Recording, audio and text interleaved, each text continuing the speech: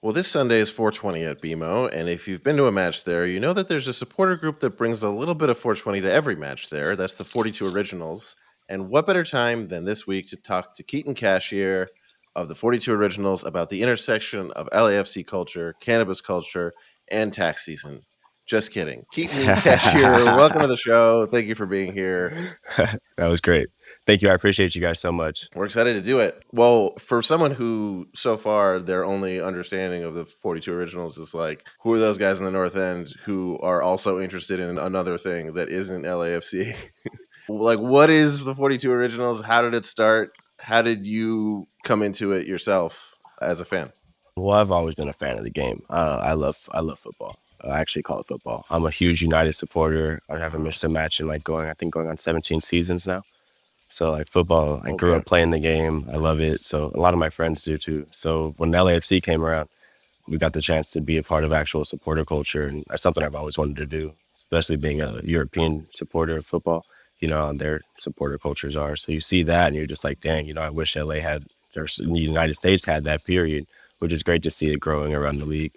But yeah, being back in the day when going to the Galaxy games and the Chivas USA games and whatever games we could get, we just didn't have that same atmosphere, right? So when we got to go to LFC games, it was like, all right, this is what we're looking for, like as supporters and like people that love the game and want like proper representation for people that grew up playing the game and know you know, how I feel about the game and how it should be represented on a world stage for the 3252 to do what they do. They've been doing it since the beginning. And I'm talking about before we had a stadium. These are the times when we were showing up and it was just like meeting up at a brewery and we were just seeing the chants and those stuffs and just seeing the supporter groups growing. And we're like, all right, cool. Like we want to be a part of this. So we went all in. We got our supporter tickets. There was like 4 or 5, maybe 6 of us at the very beginning. There's a bunch of groups, so we were trying to find one to fit in. But at the end of the day, it wasn't, not that there wasn't one that didn't fit us. It was just that Pat for me the opportunity when they were all making them. I just asked him like, how do you start one? And he said basically, you just have to have whatever the criteria was, but it's just got to be something that you're passionate about, and you think other people will be passionate about too.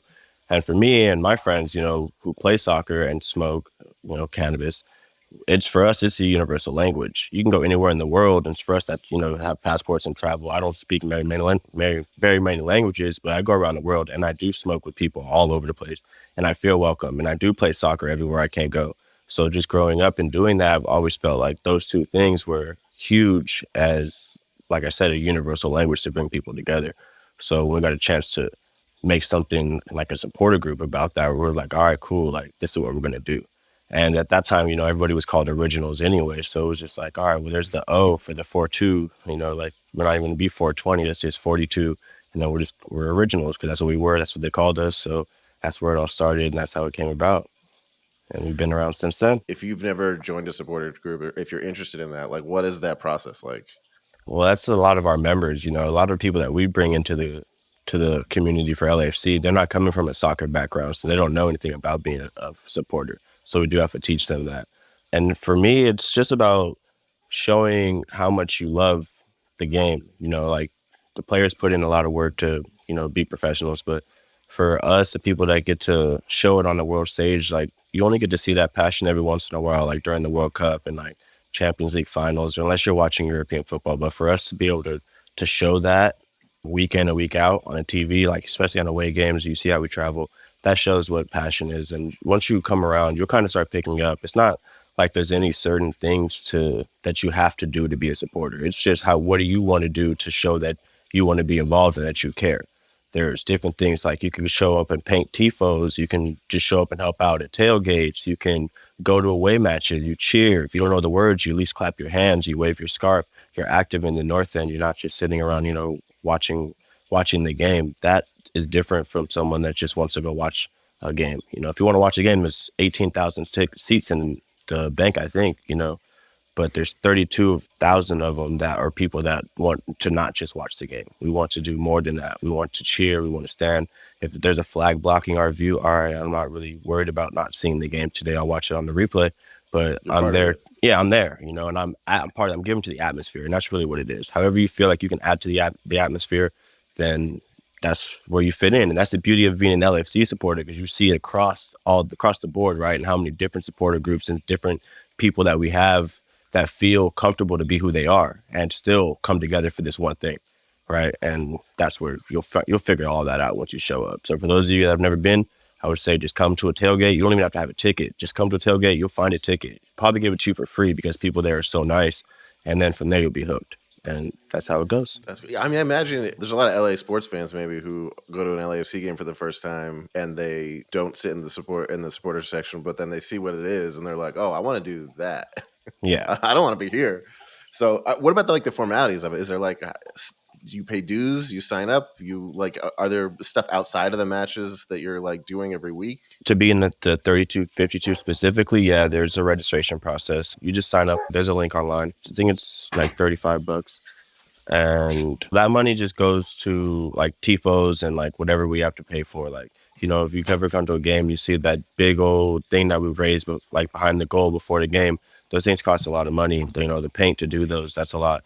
And that's what the donations go towards. Anything that we're going to do. There's also charity events and all different types of things that come with being a supporter that you wouldn't necessarily get with just if you just came just to watch matches, because you wouldn't know that this stuff's going on behind the scenes. It is a year-long thing. You know, there's, you know, like I said, charity events or beach cleanups, all different types of fun things that go on. There's running clubs. There's all different types of things that happen behind the scenes with being a supporter, because it's about being part of a community and building a family, and all different types of things come with that. So it's not like it's a secret club. Anybody's welcome to join. You don't have to be a part of a supporter group to join the 3252. You could be a registered. You just want to donate, you know, you can just donate, and that money goes to us and helps. And then if you need a ticket to the North End, guess what? Somebody will help you out. You're a registered member of the 3252. It also helps you get tickets for away games. If you're trying to ever do something like that and you're wondering, well, how do I sit with them when I go to somewhere like Atlanta or I go to somewhere like Colorado? Well, it helps to be a part of the 3252, because not only are you getting the tickets, you're getting the group chats that are going on. So now you know like where to go on the nights, you know. So now it's better. So if you go out on a 4-day trip, all right, cool. Everyone, there's people going to be there a week long before, you know. So there's always stuff going on, and that type of stuff is what comes with being a supporter. So I recommend everybody, if you get a chance to meet somebody, if it's not me, anybody out there on the grass, talk to them about it. They'll welcome you with open arms and bring you in. So, how many away games do you end up going to in a season usually? Well, I try to go to at least one. I've gone to at least one every season. Last season was my most. I think I went to 9. But if I'm not going, we have somebody in the group there. Last season, we had somebody at every match of the season, which was amazing. Somebody from the Oh, group. wow. Yeah, every match. And that was pretty awesome. So to be able to have representation like that is, from where we started, is, you know, it's amazing. Yeah. So it's 420 this week. Well, do you have like anything special planned for BMO? I'm not going to give away too much of the secrets, but it's going to be fun. Our tent will have some things going on. If you do come to the tailgate, come stop by. We will have food for you guys. We'll have ceviche, different options, vegan, fish, and shrimp for anybody that wants to indulge in some ceviche on Saturday. We'll have games and some giveaways and other stuff like that. But as far as like what's going to happen at the match, you're going to have to be there to see, or watch it on TV. I can't give those type of secrets away. That sounds good to me. It'll be fun though. You know, we don't have a 420 match too often, so it's great to see that. Has that happened before? Yeah, we had one. Yeah, we had one. It was a U.S. Open Cup match. We played against Orange County, if I'm not mistaken. Yeah, not many people showed up, but we did. I think we had over 100 people in the crowd that day in the North End, so that was awesome. That was like one of our first times we had that many people show up, but now we're averaging way more than that. Do you run up against like rules and restrictions that make things a little harder for you guys than other supporter groups? Like, does BMO have their own set of rules for cannabis and things like that? Well, I mean, obviously you're not allowed to indulge in the stadium. Okay. So that's not something that we do. And if you think that's what we're doing, I would like to let you know straight from the horse's mouth that that's not happening. That smoke is something else. Yeah. Yeah, that's not us. But outside the stadium, we do have whatever. But we act like, I mean, we don't act. We are a supporter group. So we follow the same regulations like everybody else does. We try to act just as anybody else would and follow the same guidelines, the same rules, and be just as active. As far as like what the club allows us to be who we are. And that's what I love about them. You know, they're not stopping us from raising our flags. They're not telling us not to make our banners. They allow us to bring our flags on away days. You know, you have to submit your flags before you bring them to away days. You can't just show up and just bust out a flag at the match. You have to submit them to the people, you know, that are in charge of whoever's going to be watching us or whatever. And they show them to the other clubs. And so far, we've never once been told that we cannot bring a flag. And I love the club for that. Wow. You saw, I don't know if you guys, anybody that followed the club closely, you saw on Instagram, like, I think last week, they posted a picture with one of the celebrities down by the pitch holding our scarf up. And that was right there on the club page. And it literally says 42 originals on it, So if they had a problem with, anything, I don't think that's one thing you wouldn't Yeah. see happening on there. So shout out to all the people behind the scenes, especially the owners at the club, for allowing us to be who we are and not putting restrictions on us like that. But we try to be as responsible as possible. The goal is not to change necessarily like the consumption part of it, but we would like to see some type of representation as maybe like brands around the stadium, allowing some type of advertisement so the cannabis companies can get some type of revenue back. There's a lot of alcohol advertisements all over the stadium, so I don't see why we can't do the same, or at least start having this conversations. Start with CBD. Yeah. I know there's CBD advertisements at Angel City matches, so we're just trying to get those type of barriers knocked down. So when you do go to a game, if you ever go to a Laker game or something, nobody anywhere you can go, no professional sports where you see any type of cannabis advertisement. But since you're talking about tax season, you want to go look at how much these states are making Mhm. off of tax dollars from these companies. And for them not to be able to advertise, I'm not saying let them sell in the stadium, but to at least have a billboard or some type of like, here, this is at least where our dispensary is located type of thing. Like, I don't see why that shouldn't be allowed. And the closest thing they can do is buy a billboard outside the stadium, which is going to cost them an arm and a leg, and they're competing against, Carl Jacob and stuff like that. No disrespect to him, but that's just the type of things that are going on. So there's no type of representation in type of advertisement spaces or anything for them to get into the game. So that's just kind of like where we're trying to get going. Gotta get Carl Jacob to represent them and make it happen. Yeah, if we can make that happen, that'd be awesome. So Garen has go asked ahead. you like the formality questions. We've gotten you, like all Yeah, we the haven't gotten fun yet. official ones. Can I throw in a fun one? I Yeah, want to those are the ask sad you. foot We got questions or fun some ones coming up too. these are Yeah, happy foot yeah, questions. yeah. These are the happy foot questions now. These are the gateway drug questions now. Let's do a fun one. Like let's just say let's do a historical, because you're a football guy, like you said, through and through. You're a Manchester United fan. Let's do like a historic smoke session. So like give me like who would be your three soccer players, and you don't have to say that, like maybe you don't even know if they ever indulge, but like who would be the three guys that like you're like, I'm putting this together, these are my guys, not just because I want to smoke with them, because like I it's, you're already gonna know the hang out. answer. Yeah. Yeah, you're Ron, gonna hang out, so who are they? Ronaldinho number one. That's my guy, dude. I love him. Free spirit. Pele number two, and then the third one would be tough because I only get one more person to throw in there. Man, just because I would love to hang out with him and see how he was high, I would say Zlatan. Oh god. That's a Just good one. that's who I would throw at, because I know that the other two we would just be cracking jokes with him, and he'd probably try to be serious and try to be his himself, but nah, it's gonna take over, and he's gonna end up laughing with us. So I think that would be Right, great. Yeah, and then go play for a one of hot, those Jogo Bonito matches. Like, that would be sure. awesome. Oh yeah, like in the cage. But for a hot Yeah. second there, it would be terrifying when Zlatan like dead looks at you and he's like, "You're smoking with a god right now," and you're like, "Yo." Right? Oh man, dude. He's like, hey, pass that. Here you go, sir. Yes, sir. Yeah, those would be my three for sure. That's a great question. I've actually never been asked that before. Do you have any like I want like recommendations from an expert, like best pregame strain, like what like if you want to enjoy either watching or playing soccer, like what's the best way to do it with cannabis? Well, for me, I've been doing it for so long. I just like to have just like any type. It doesn't matter as long as I have any type of cannabis. I'm cool as long as watching or playing. For other people, I would say, like, from just from what I actually do know about it, from a not recreational standpoint, Yeah. everybody's got different cannabinoid systems, so different strains work for different people in different ways. So we could sit here and all smoke the same thing, and it would have different effect on all three of us. It might make you sleepy, it might make me happy, it might make him laughy, but it's all the same thing. So I would say go out there and try whichever one you like. Edibles do take a little bit longer to kick in, but they do hit a little bit harder too. So I wouldn't recommend taking edibles before a match because you might be sleepy by halftime.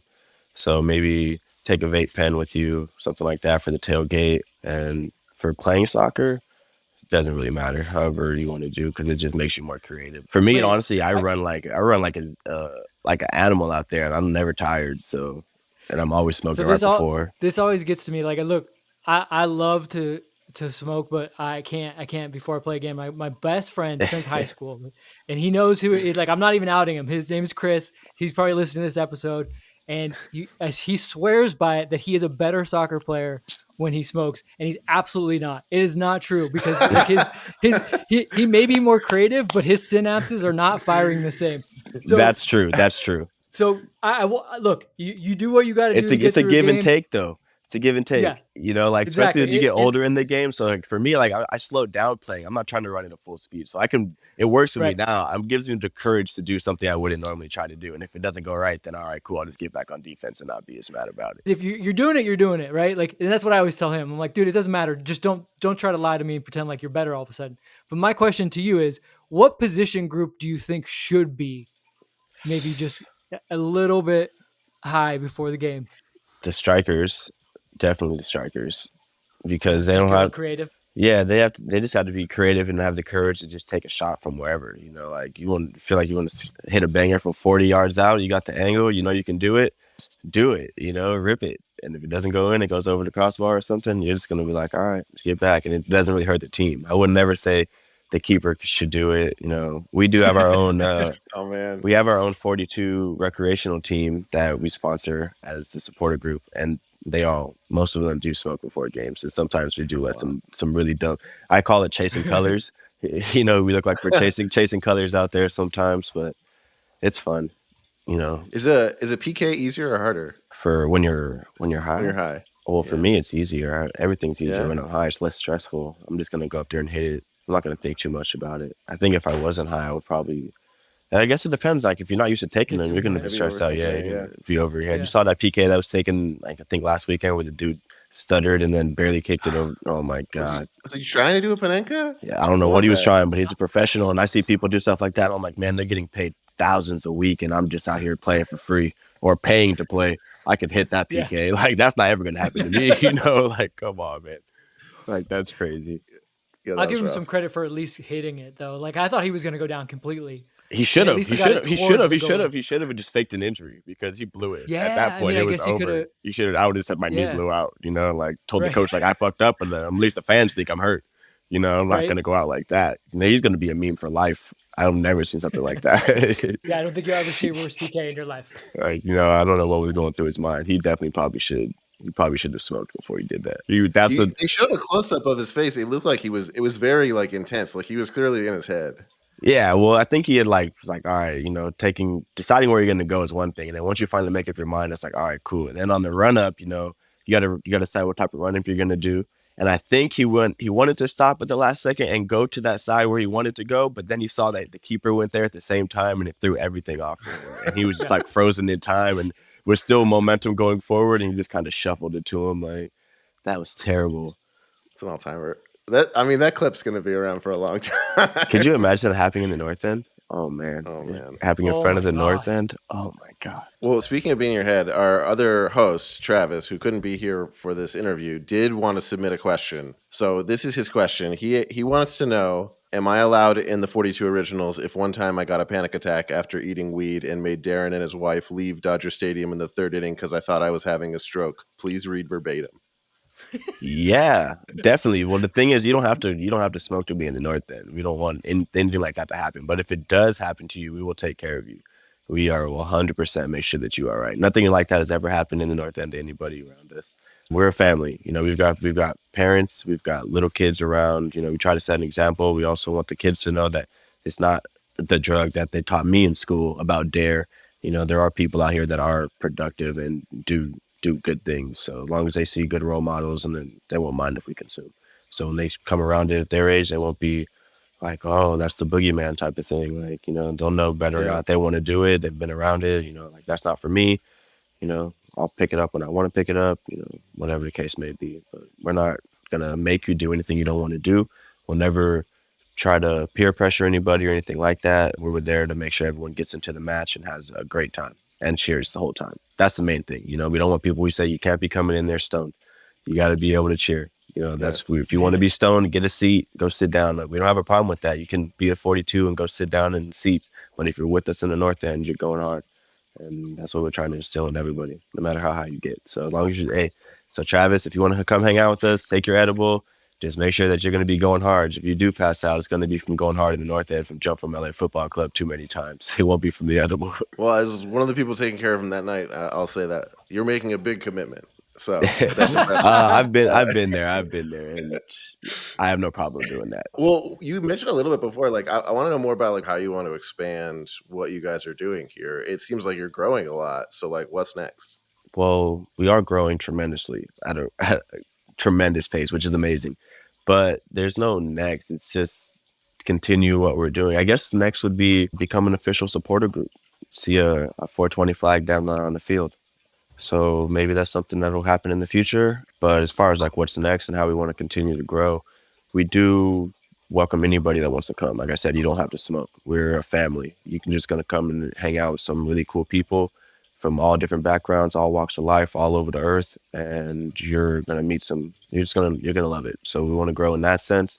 If anybody out there that's not from an LAFC fan club or supporter group or support our club and they're just from the MLS in general, we are trying to get supporters in every club. Not necessarily 42 original members, but just some people that are asking the same questions that we're asking of our front office in terms of advertisement revenue and how we can get these brands inside, especially if you're in a legal state. You don't got to be open and be proud about it like we are. We'd love for you to be. Shout out to the New York 420 Club out there in New York. There's one in Minnesota. There's one over there in the New York Red Bulls. There's one in the USL with the Black Diamonds and New Mexico. There's one in Austin with Toke FC or whatever. Not whatever. No disrespect to them. Sorry, it's just slipped in my mind what their name is.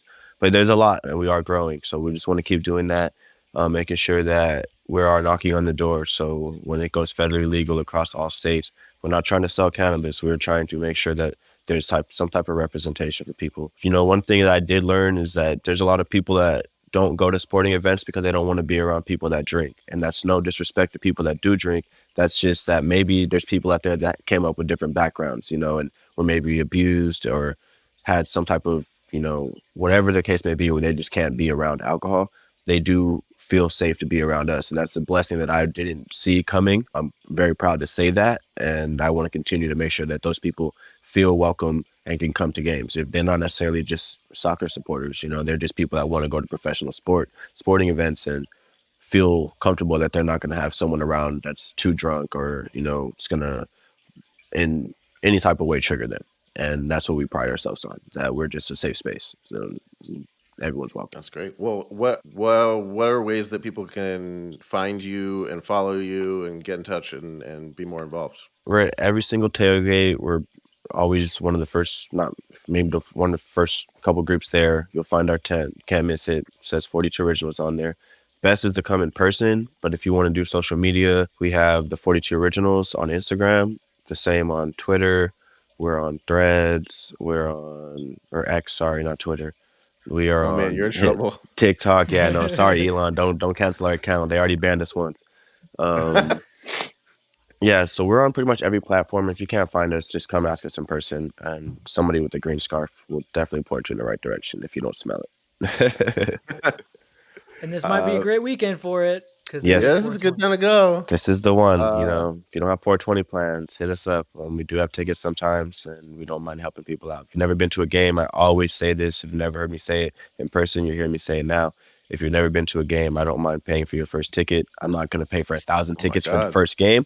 Next game, but you know, I'll pay when I can get a ticket for you. I'll make sure I get you your first ticket, and I try to do that as much as possible. And that's kind of how we've started to grow. So that's what it's all about, paying it forward. Because I've had a lot of stuff paid forward towards me through the club and through the community that I've jumped all in for. So it's the only thing I can do. Least thing I can do. That's an incredible offer. That's amazing. Well, I think Vince and I will both be there this weekend. We're excited. Awesome. Yeah, we're gonna stop by and say hello for sure. Swing by the tent, come get some ceviche, take a picture with us, you know, and For sure.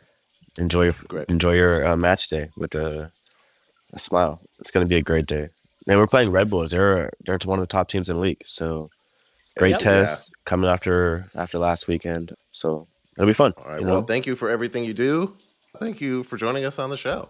Thank you guys for everything you do. Thank you specifically, Vince. I appreciate you. You know, no one can say enough for you, man. You've done a lot for the club and a lot for us, and you're a really cool man. So I appreciate you guys. I would appreciate the opportunity to talk about the club, especially our group. He's gonna He's gonna make me cry. Yeah. Make me cry on this episode. Oh Thanks, dude. I man. can't wait. Yeah. I can't wait to see you this weekend. I Yes, always a love hanging pleasure, out with you. dude. Yep. Yep. Always love the stories. Darren, I'll have to tell you his Costa Rica story one time. You'll have to hear it. Man. It's an epic tale. Oh my All God. right. Okay. We have fun on I'm away in. days. All right, guys. Have a great All right. week. I'll see you guys on Saturday. Everybody out there, Sounds have a good. great one. We'll see you on the weekend.